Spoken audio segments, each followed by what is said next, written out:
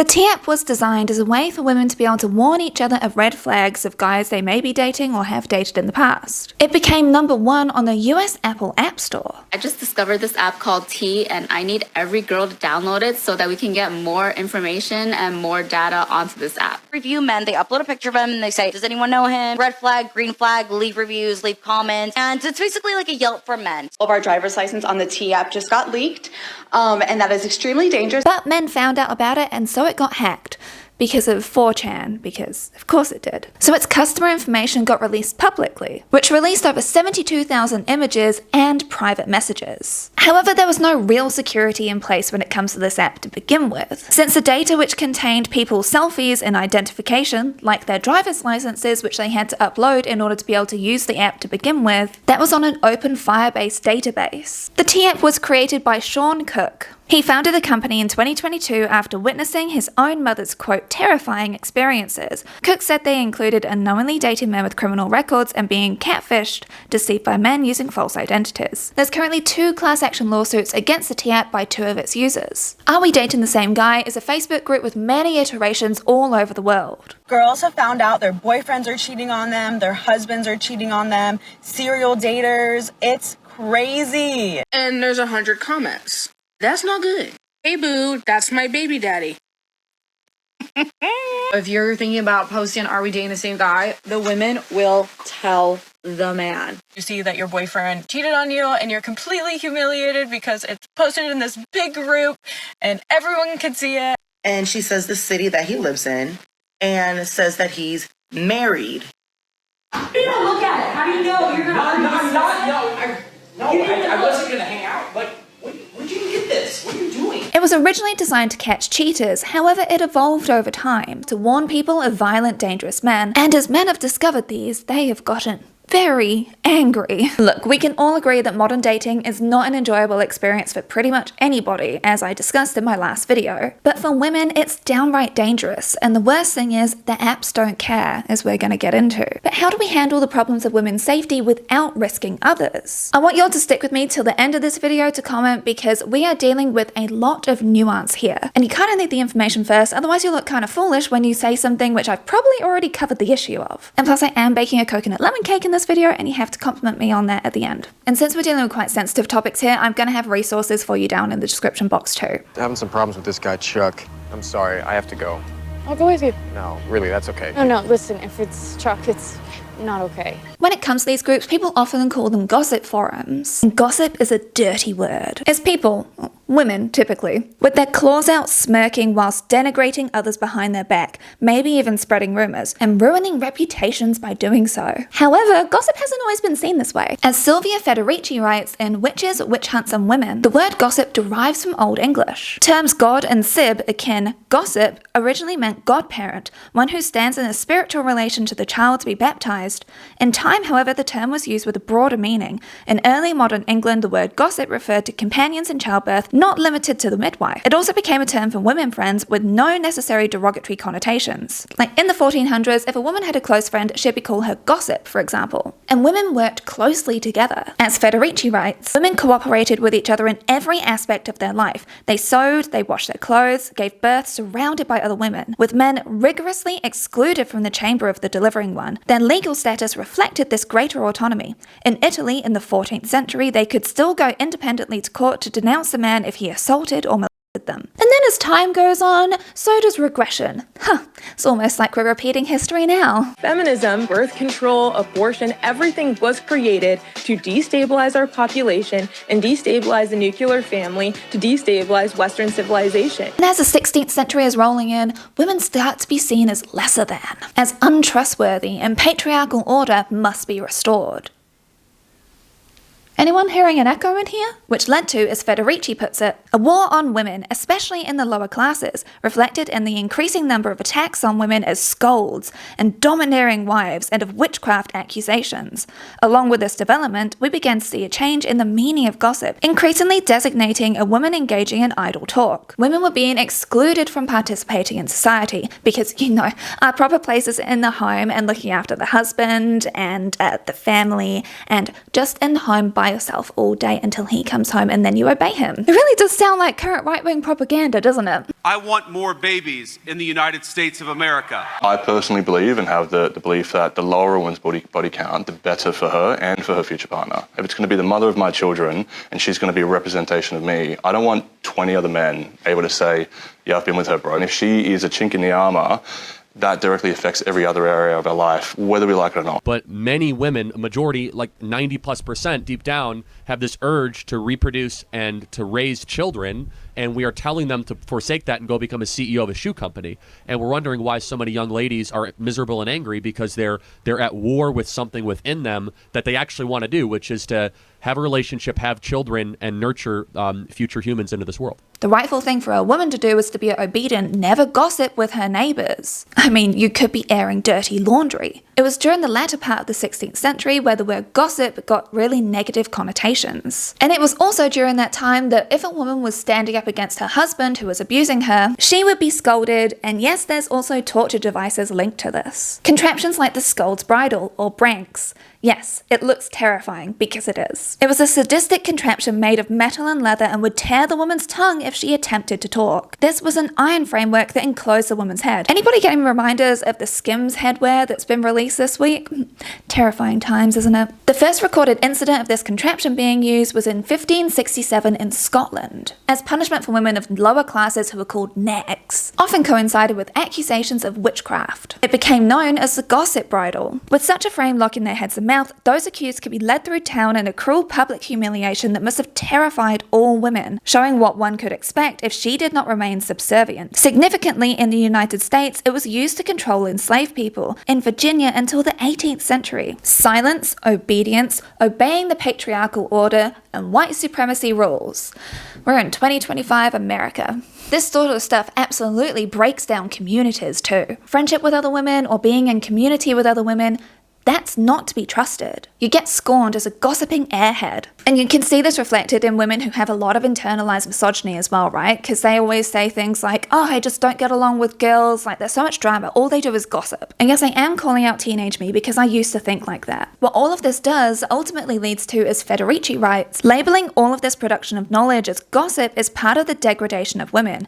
It is a continuation of the demonologist construction of the stereotypical woman as prone to malignity, envious of other people's wealth and power, and ready to lend ear to the devil. Hell, if the devil could take care of a couple of things for me, I would be greatly appreciative. Whisper networks are very much linked in with gossip, and they exist in many different forms across many different communities all over the world. You've probably also participated in them as well, especially if you've worked in a larger workplace. I've been in part of them at workplaces, and I've been excluded out of them at workplaces. And let me tell you, it's much nicer to be in the network rather than out, because that makes you vulnerable. Whisper networks were used in places where I work to help warn new recruits about people that you should avoid being alone in a room with. This is because sadly the men hadn't been fired because of boys will be boys sort of mentality, and because of people who are in positions of power.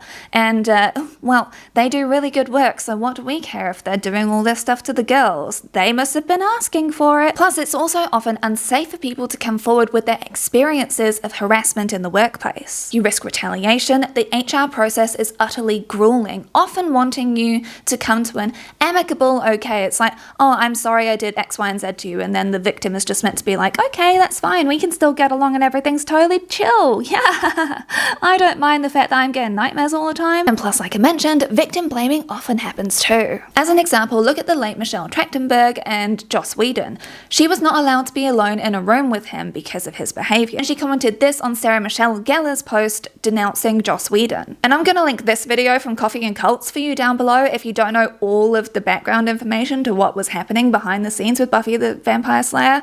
And by the way, yes, I am incredibly excited for the reboot, and I will be making a video on it. As this research paper, Purpose of Whisper Networks, a new lens for studying informal communication channels in organizations, by Carrie Ann Johnson shares, Whisper Networks 1. Serve as protection in organizational cultures of harassment, and 2. Help women make sense of their harassment experience through sense making. Whisper Networks also serve the purpose of 3. Identifying harassers, because harassment biases are not readily apparent when you enter a new work situation. It's doing what you can within a broken system to keep yourself and others safe, especially new vulnerable people who are joining the workforce. Whisper networks are a way to pass down wisdom from other people's experiences, where even if they had to go through this stuff themselves, they can prevent it from happening to others. And yes, it would be awesome if we didn't have victim blaming and we didn't have harassment in the workplace. I completely agree with you, but that's sadly not the world that we're living in. And since that's the case, these whisper networks are absolutely vital for the safety of women. This is a really good paper, by the way. I've got it linked for you down below along with all of my sources as per usual. Whisper networks exist all over the place for all sorts of different reasons, not just about women protecting other women from harmful men. For example, when abortion access has been attacked, it's through whisper networks that people who have gotten pregnant that do not want to be pregnant for whatever reason have been able to find ways to be able to get a channel to be able to get abortions. And this is also a huge thanks to the brave activists who have helped them. This has been utilized in Poland, for example. You thought I was just going to say the US, hey? No.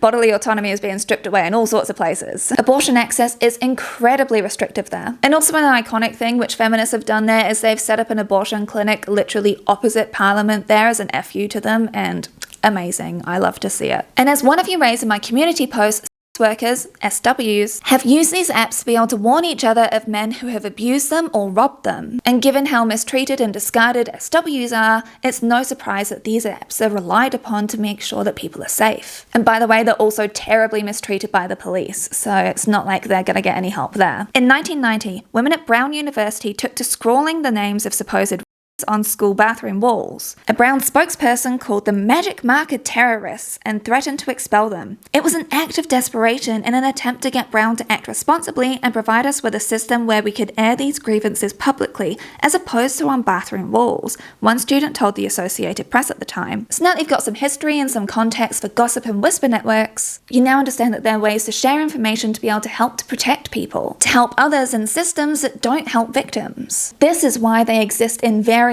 forms, which leads me to... It's like a shallow puddle of age-appropriate men who are old and gross, and I don't want to do that. I know that you think that it's that bad, but honestly, it's a lot worse. So let's look at how these dating apps do not actually help people. In January of 2023, cardiologist Stephen Matthews, certified nice guy, got reported to one of Match Group's dating apps for SA. 4 days later, he essayed another woman he met on one of their dating apps. And just over a week later, he was reported again. And the survivor went to the police in that case. However, those weren't his only times doing this. He'd been doing this for years on the Match Group apps. Going back to the 28th of September 2020, that was the first time that he got reported via one of the Match Group apps for doing this. Even after a police report, it took nearly 2 months for Matthews to be arrested, the only thing that got him off the apps. At least 15 women would eventually report that Matthews had raped or them. Nearly every one of them had met him on dating apps run by Match Group. And this Guardian investigation, which is incredible, by the way, shares, Match Group has known since at least 2016 which users have been reported for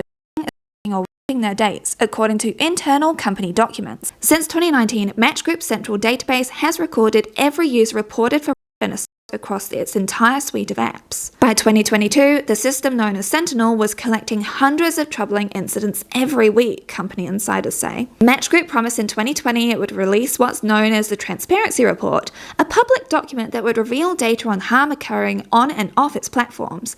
If the public were aware of the scale of on Match Group apps, they would be able to accurately assess their risk. As of February 2025, the report has not been released, and as of 1st of August 2025, the day that I'm filming this, it has still not been released. Instead, in 2021, the company was asking, well, how much of this information do we really need to share with people, you know? Do we push back on how much we're required to reveal, or do we try to go beyond what's required? In 2024, the remaining employees from the Central Trust and Safety Team Match Group had set up in response to the increased scrutiny, they were let go and their jobs were outsourced to overseas contractors. And so The Guardian did an investigation, a review of hundreds of pages of internal company documents, along with thousands of pages of court documents, securities filings, and analyst reports, coupled with dozens of interviews with current and former employees and survivors of sexual violence, found that women who report being raped get no traction, while accused rapists like Stephen Matthews keep swiping and assaulting. Our own testing on Match Group apps showed that as of February 2025, not much had changed. Banned Tinder users, including those reported for assault would easily rejoin or move to another match group dating app, all while keeping most of their key personal information exactly the same. And in response, Match Group replied, "The company said it vigorously combats violence. We take every report of misconduct seriously and vigilantly remove and block accounts that have violated our rules regarding this behavior." So in April of 2024, the Dating Apps Reporting Project created a series of Tinder accounts that were subsequently reported for sexual assault. Soon after, Tinder banned the accounts, and we started investigating how easy it would be for a banned user to create new accounts. And of course, they couldn't just create a new account using similar or the same information and get onto another app, right? Wrong. They used the same name, birthday, photos even, and they were totally fine. If you were banned from one app, there's plenty more to jump to. They don't talk to each other, so it's sweet. And in order to do this, they just followed simple online guides that a quick Google would provide the results for. And the thing is that Match Group really prides itself on like how high security they are, how great their AI is, but all of this stuff was so easy to be able to do. Now, Tinder also partnered with Garbo, which does background checks. However, most SA doesn't actually get reported to the police. And within the apps themselves, despite them all being owned by Match Group, they don't really talk to each other. Like the databases for them do not share information. Now, I do understand security issues around apps that do share information, but this is such a high security place, right? And plus, we sign away our entire lives for less. Now, Michael Laurie was head of safety and security at OkCupid, and he had been fighting for the entirety of his 10 years working there, trying to make the place more secure, trying to ask for more constantly. But he left in 2022 because the work kept on getting outsourced and he was never being taken seriously. There is only so much that an employee can do when they're just doing this Sisyphean task of pushing this huge boulder up the hill, and you never even make it past like the halfway point because the company doesn't care. And of course, what do other than outsource the work to third-party contractors who no doubt are in a poorer country who get paid far less with terrible training. He's completely recommended against using the apps for your own safety, saying you're on your own pretty much. And once again, as I discussed in this video, when it comes to reporting, police are not much help. And in fact, police can also be the perpetrators at times because they're in a position of power and they've got people in vulnerable positions, and who doesn't love that, right? Further proof that the police aren't always the safest people to go to. Our former Deputy Police Commissioner, Javon McSkimming, faces 8 charges of possessing, quote, objectionable publications of CP and bestiality. And as for rape kits, even if the victim does go through the grueling and traumatizing multi-hour process of being completely swabbed down head to toe, possibly even internally stuff done by people who are doubting you the whole time, by people who are shaming you, by people who are saying like, oh, well, what were you wearing? Even if they go through that ordeal, news story after news story comes out about these kits that have never been tested and just get thrown away because the police never did the work. In Austin, Texas, where a backlog of more than 4,000 kits had, as of 2024, led to a single conviction, one survivor had no idea that her kit had been linked to a serial predator until a reporter from USA Today happened to tell her. This is utterly atrocious. The victims do the exact right thing and then they're just left in the cold. In a review of 21,000 police reports of sexual assault in Chicago, the birthplace of the kit, the local NBC affiliate determined that only 1.5% of them resulted in conviction with jail time. And you know I'm going to bring up Laura Bates here, don't you? In the UK, even in the rare situation when a case is reported to the police, there is just a 1.4% chance it will reach a charge or summons for the perpetrator. Not even a conviction, just a charge or a summons. When someone has a 99% chance of getting away with a crime with zero legal repercussions, isn't it quite reasonable to refer to it as being effectively decriminalised? Calling women hysterical isn't accurate or warranted, but it is a useful way to shame women into shutting up while at the same time scoffing at them and undermining their point. You need to read her work. The systems that we're meant to rely on for our safety do not protect us. Meanwhile, Diddy got celebrated for his trial results. Chris Brown is utterly celebrated with people having fun going to his concert despite the fact that he has been openly violent, not just to Rihanna in 2009, I believe that happened, but consistently terrible behavior to multiple people, multiple assaults. We are living in terrifying misogynistic times where women's rights, as I have talked about across multiple videos, are being stripped away. And misogynistic extremistic messaging is being pushed out to young boys who are then just absorbing all of this and perpetuating it further. So with situations like this, we can completely understand why these whisper networks, why these forums, why these websites, why these apps might possibly be cropping up when people are feeling this unsafe. And people may say, oh, well, you just shouldn't date, it's irresponsible to date. And it's like, talk about victim blaming. That's not actually solving anything, is it? We're trying to solve something and make sure that people can still, like, have relationships with people. We need to actually have community. We need to have relationships with people. We need people to be able to feel safe. We're fighting for our safety and for our freedom from attacks. But what would that mean to us? Perhaps we need a statement which describes what we want the colony to be like after winning the fight.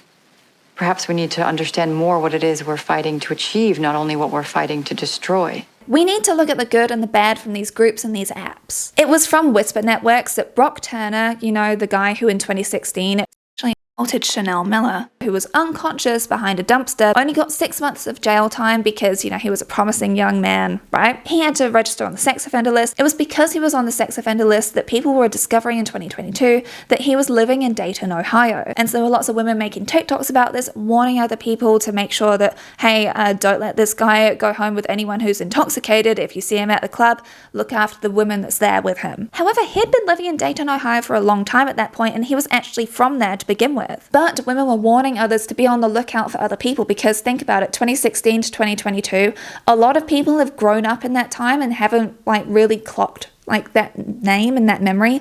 Plus, as Jordan the Grey Witch shares here, he goes by Alan Turner now, you know, because Alan is his middle name. Now, Taylor Lorenz kind of discussed this situation a little bit in this recent video, which I also will have linked for you down below, where she's talking about surveillance culture, in particular with regards to the astronomer CEO, you know, and how he was cheating on his wife with an employee of his, and this whole HR debacle that would have gone on there, my goodness. In this video, she and Jason Kolber discuss the issues of increased surveillance culture and the normalization of that and how we are feeding into this as well and also perpetuating this where we're constantly looking and judging everybody. Now, people have for years talked about the panopticon issue when it comes to social media.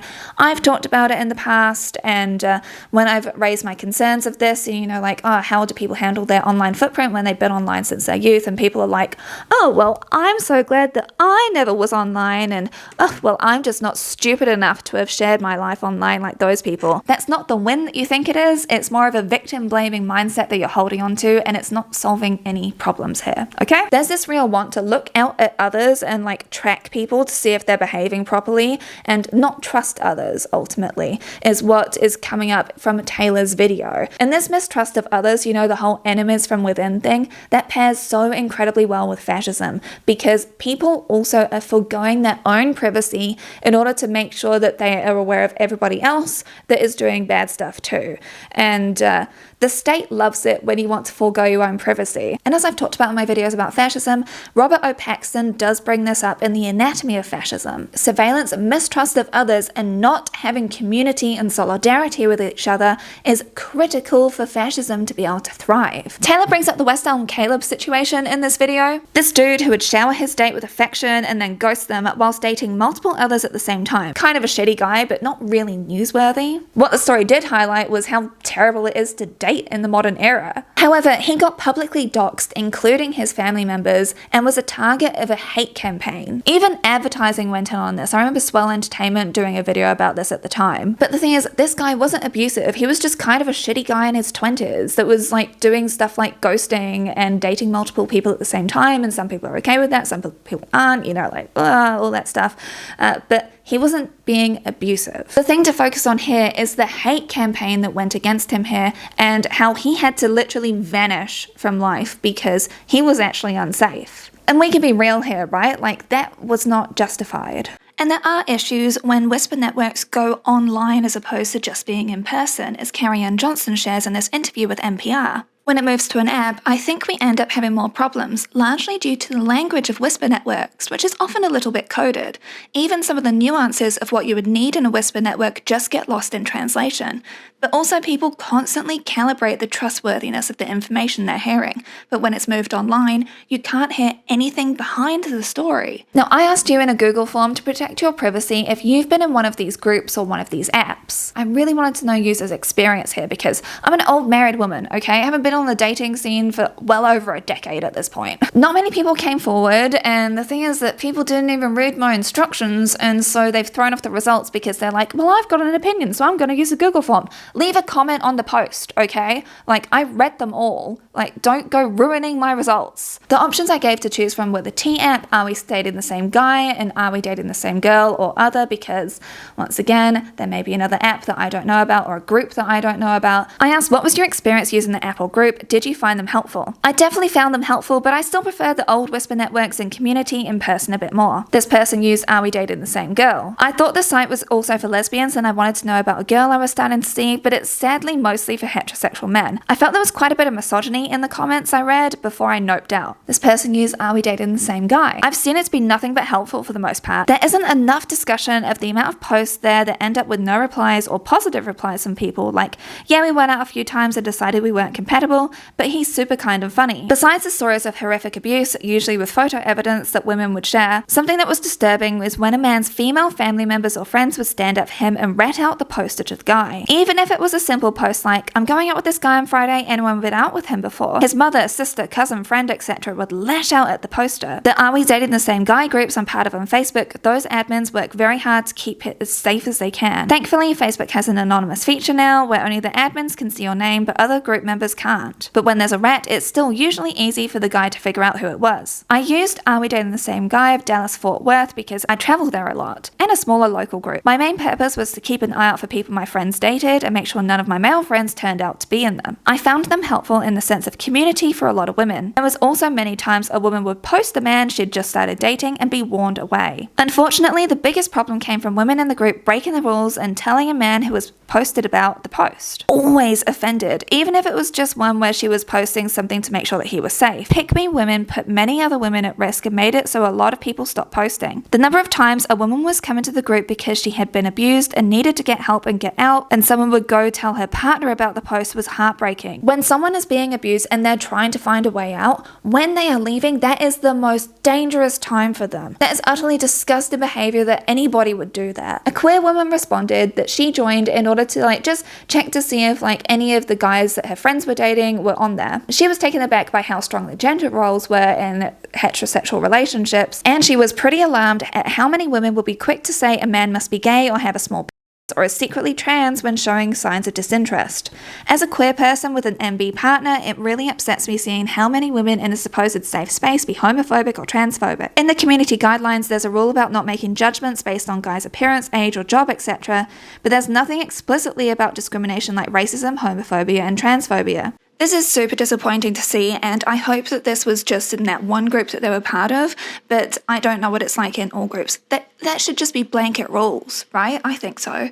I did learn through a group about a serial rapist 3 full years before the police arrested him for I think that needs to be repeated. Are we still dating the same guy still exists, no problems. 3 years this guy was doing this before he got caught by the police. Once again, this highlights the problems I was raising earlier with dating apps not caring and the issues with the police too, right? And there were other people who had mixed results and reactions. Did you ever submit someone to the app or group to warn others or to see if they were cheating, etc.? What drove you to do this? And if needed, did you go to the police and what was your experience there? I have used them to warn and back up warnings about some of my and physically exes in the past. I don't believe in utilizing the police and know how useless they would be, as I was always darker, more queer, more foreign, more masculine than people believed. I have had too many people assume that even though I'm pan and have dated men, that because I'm masculine and non-binary on top of being a person of color, that I wouldn't put up with abuse so it wouldn't happen to me. I only found respite in other queer folks and sharing my stories. Turning to Facebook especially was all that I had left after accountability was refused, and death threats or gaslighting came from the exes.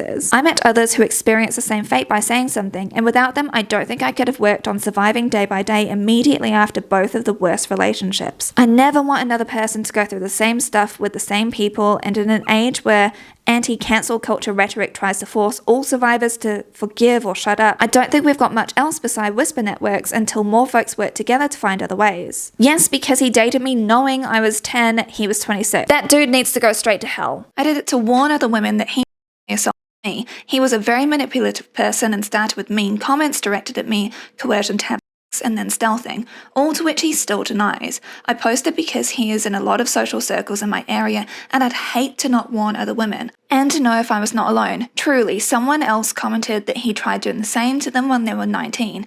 This man was pushing 30. And I think after all that I've shared, we can understand why these groups exist, right? And why women want to have a space to be able to share, like, stuff which could definitely impede their safety and security if they said it out loud. But there are still downsides, like when it comes to the discrimination. Like, I don't think that it's ever okay to mock people based on the way that they look, like I said before.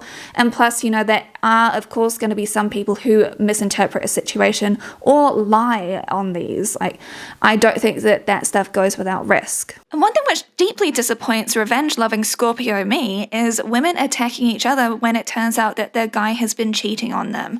This is not where we turn on her, this is where we turn on him. This is where we have collective action, babes. When it comes to providing full evidence of abuse, it's a really hard thing to do, as I've talked about this whole time. Like, how are you meant to prove all of that stuff when police don't even believe people when they come forward as well? It's basically just women gossiping about men and usually tearing them apart and mocking them, insulting their appearance. Because people on the app are essentially just spreading defamation in a lot of cases, really due to the fact that they can remain anonymous and say whatever they want about any man that they want to. I have to battle the T app.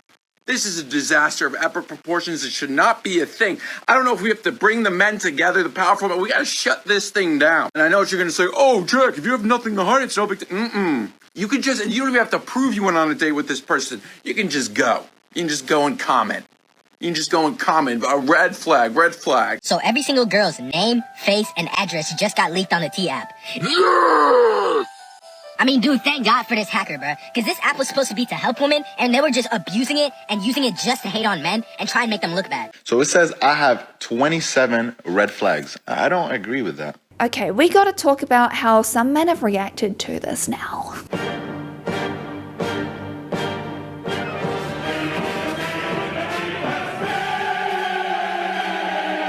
You could say that there's been some anger and things have been getting pretty scary. Like, I have had the misfortune of having to go through a whole bunch of Reddit, and wow, the violent vitriol is actually terrifying to me. I was thinking about it, and the funniest thing to me is, like, what comes from misogynistic men so often is like, just pick better men. And it's like, well, these whisper networks are used as a way to, like, be able to weed out bad ones, so then you do pick better men, and then they don't like that either, right? Earlier this year, Nico D'Ambrosio filed a lawsuit against Meta. This was for an Are We Dating the Same Guy group, which he said invaded his privacy and was defamation, claiming what was said about him was harming his profession. Both claims were dismissed. You remember the T-app leak that I talked about before? Not only were the images circulated widely, not only were people's locations shared, but a website was created so that what could guys do other than be a classic Zuckerberg and go all the way back to the start of Facebook and compare the girls' selfies that they'd uploaded in order to be able to use the T-app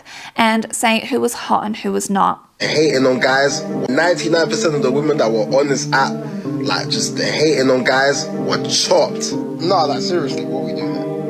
Like, this is just a horrible picture. And this one don't even look like she look after herself.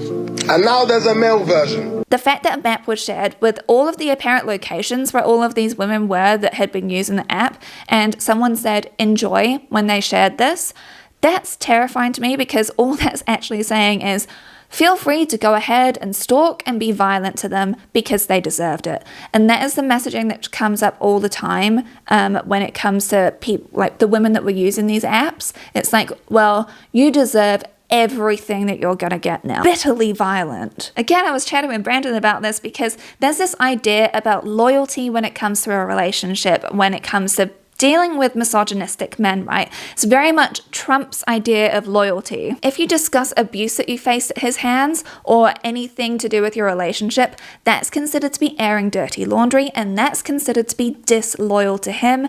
Therefore, punishable by violence. I found out Emma was going into the voting booth and pulling the lever for Harris. That's the same thing as having an affair. That violates the sanctity of our marriage. Yes. What else is she keeping from me? Exactly. What else has she been lying about? This version of loyalty is centered around complete obedience. Once again, this word is just coming up constantly. And seeing these violent reactions is very frightening. It's very much akin to the torture that was given to those women earlier when they were gossips or shrews or whatever when it comes to their relationships and their husbands because they were disloyal to them. Someone said, well, if girls have one for guys, then why can't guys have one for girls? Hey, fellas, go post your favorite little sneaky link or your little whoop-de-whoop, your little hoe, girlfriend, whatever it should be you want to call that hoe. They do exist and they crop up all the time. However, it's nothing to do with safety. It's all to do with shaming the girls, comparing their looks, and revenge. This reminds me of the man versus bear situation from a couple of years ago, I think it was. And instead of listening to women's safety concerns, all the men were constantly saying, and I still get comments on that video, by the way, was, well, then fine, go ahead and choose the bear, get torn up, I don't care, like joking about violence happening to women. And it's like, cool, thanks for listening, Chud. I know not to trust being around you with a drink without a cover on it. People really like to forget that Facebook was created as a way for Zuckerberg to be able to say who was hot or not in his university. People also like to forget these Telegram chats that men have created in order to share ways to drug and their girlfriends and then share videos and photos of what they've done to their victims. People like to forget other Telegram sharing apps which are about deepfakes about underage girls in schools. People like to forget Giselle Pellico and the fact that her husband, who was such a great guy and well loved in his community, organized for 51 men to rape her at night whilst he was filming it because he'd been her, and this happened for many years. People like to forget how many women's lives are lost due to IPV. In Australia, just this year alone so far, 39 women have been killed. And many more have been hospitalized due to misogynistic violence. If these guys wanted to create sites dedicated to safety to say like, hey, this woman assaulted me or something, we wouldn't have a problem with that. But that's not what's happening. What is happening is slut shaming and revenge and sharing people's locations and information so that men can go and stalk them and be violent. I've said in the past that any gender can abuse any other gender, right? However, we are living in misogynistic times and the stats just keep on backing up that it is women who are dying and being hurt at the hands of misogynistic men. Hence why this is the concern which is being focused on here. And there's going to be guys saying like, well, I wouldn't do anything like that. I'm not dangerous. Why am I being treated like a villain when I'm not doing anything wrong? Like, I've talked about this before, like you're probably not doing anything explicitly wrong, but are you also helping to combat this stuff that's happening? If you're calling out your mates or your colleagues at work when they're making sexist remarks or sexist jokes or stuff like that, then you're not part of the problem. If you stand up to your mate when he's treating his partner badly, you're not part of the problem. If you're actually listening to concerns rather than being automatically defensive and thinking that everything is about you and centering yourself, then you're not the problem. We are living in really scary times, and when I see this reaction come from these misogynistic guys, it just reinforces why women are creating these spaces to like say about these red flags that they're seeing, to try and stop women from ending up being butchered.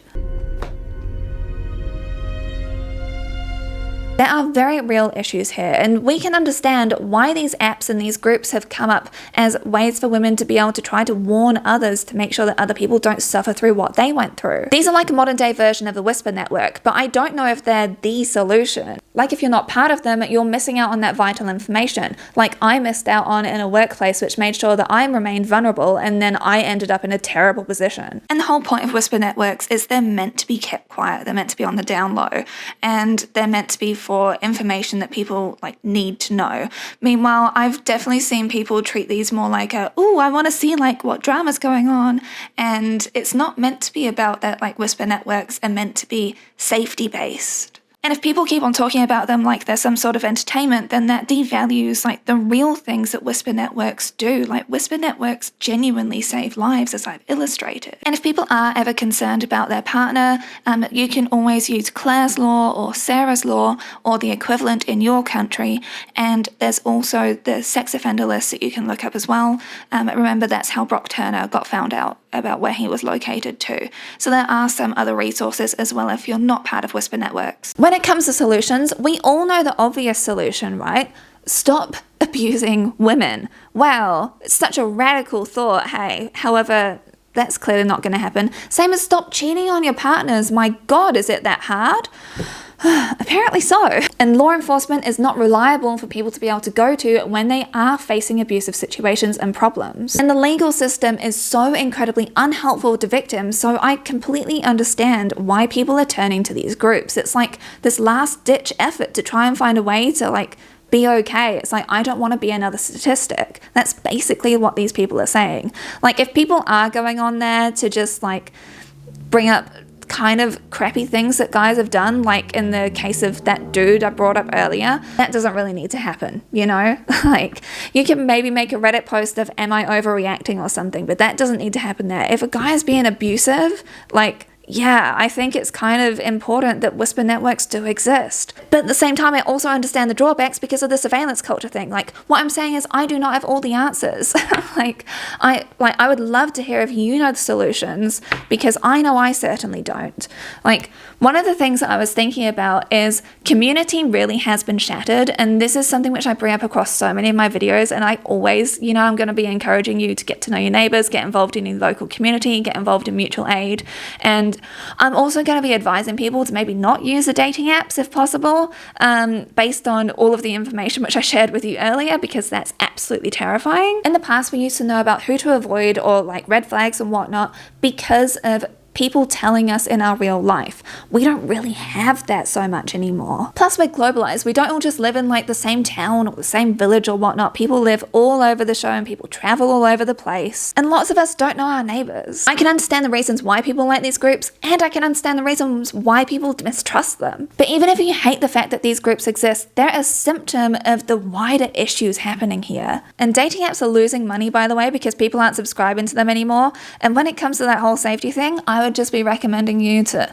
maybe like not be using the apps, since they still haven't got that A into G about safety. If you made it all the way to the end of this video, thank you very much. I'm really keen to hear your thoughts on this and what solutions you think could be found. Other than obviously pressing our local governments to do better, making sure that law enforcement is actually doing their damn job. I mean, you know, rather than rounding up people in ICE raids and stuff. I'm at a bit of a loss for what to recommend to do, because we need full systemic change, and I think that most of us can recognize that. Massive thank you to all of my patrons, and especially to my top tier Trash Panda enablers: Birgit, Carrie Quake, Danielle, Amberly McCulley, Jeff Boyardee, Katrina Dunn, Cole, Laura Bell, Maxie, Megan Connolly, Mila Gautier, Nathan, Nicole H, Ryder, Spooky Jade, Tammy Poitres, Tonya Banyay, and Varu Cat Mama. By the way, I'm very sorry I didn't show you the full icing process. We had friends over for dinner, and I was kind of like doing all the stuff in the kitchen at the same time, and I iced it whilst they were here. It was just kind of chaos. But I will say the recipe, it could use more lemon in the cake itself. And for the icing, I mixed like the remaining lemon that I'd squeezed out in it, and oh, it did taste really good. And I shared it with my neighbors because, like I said, I'm trying to make sure that I'm building community, right? And I'm a bit like Monica Geller from Friends with this. So I'm like, here's some food. Please like me, you know. And my neighbors really, really enjoyed it. So there's that. But I would just add in a bit more lemon personally. But I like a bit more zing to life. Anyway, love to hear your thoughts. Take care, and I'll see you next time.